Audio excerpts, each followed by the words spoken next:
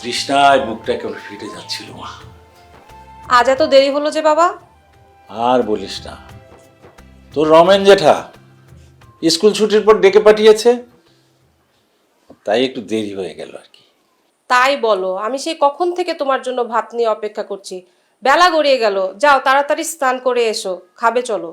তুই একটু আমার পাশে এসে বস, তোর সাথে আমার দরকারি কথা আছে। এখন বসতে পারবো না, তুমি যাও তো বাবা, তাড়াতাড়ি স্নান করে এসো, খাবে। আরে রাগ করছিস কেন? বললাম তো জরুরি কথা, আয় মা। আমি কি সারাদিন এগুলো নিয়ে বসে থাকবো? আমার কি আর কোনো কাজ নেই? আয় না মা, তোর সাথে আমার জরুরি কথা।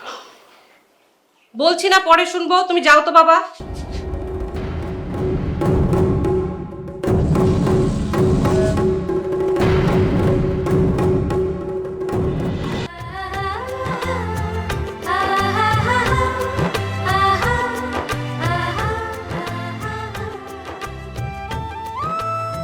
মেজো ভাবি, ও মেজো ভাবি, সেজো, কেমন আছো তুমি?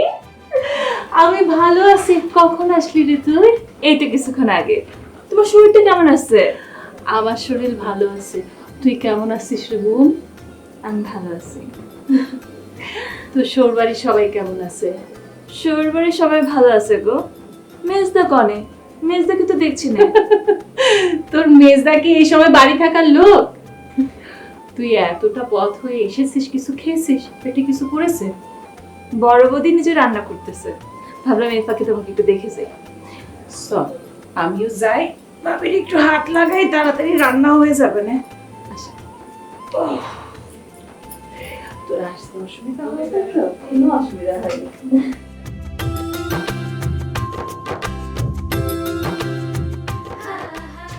আহ, খেলাম মা, খুব তৃপ্তি করে খেলাম।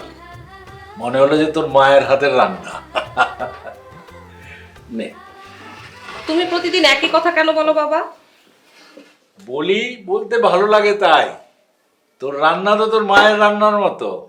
তোর মা যদি বেঁচে থাকতো, সেও তোর এই রান্না খেয়ে এই একই কথা বলতো। তুমি আবার শুরু করলে বাবা মায়ের কথা। খুব ভালো হয়েছে মা, খুব ভালো হয়েছে রান্না। উফ।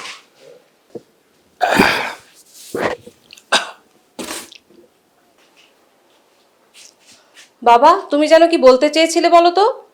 কি বলিস? আমি ওর কখন কি বলতে চেয়েছি? আহা বাবা, তুমি না বললে রমেন জ্যাঠা তোমাকে কি যেন কাজে ডেকেছিল? দেখ কি কাণ্ড, আমি সব ভুলে খেয়ে বসে আছি। শোন, কলকাতা থেকে নাকি বিপ্লব নামের একটা ছেলে আসবে আমাদের এলাকায়। ও কিছুদিন এখানে থাকবে,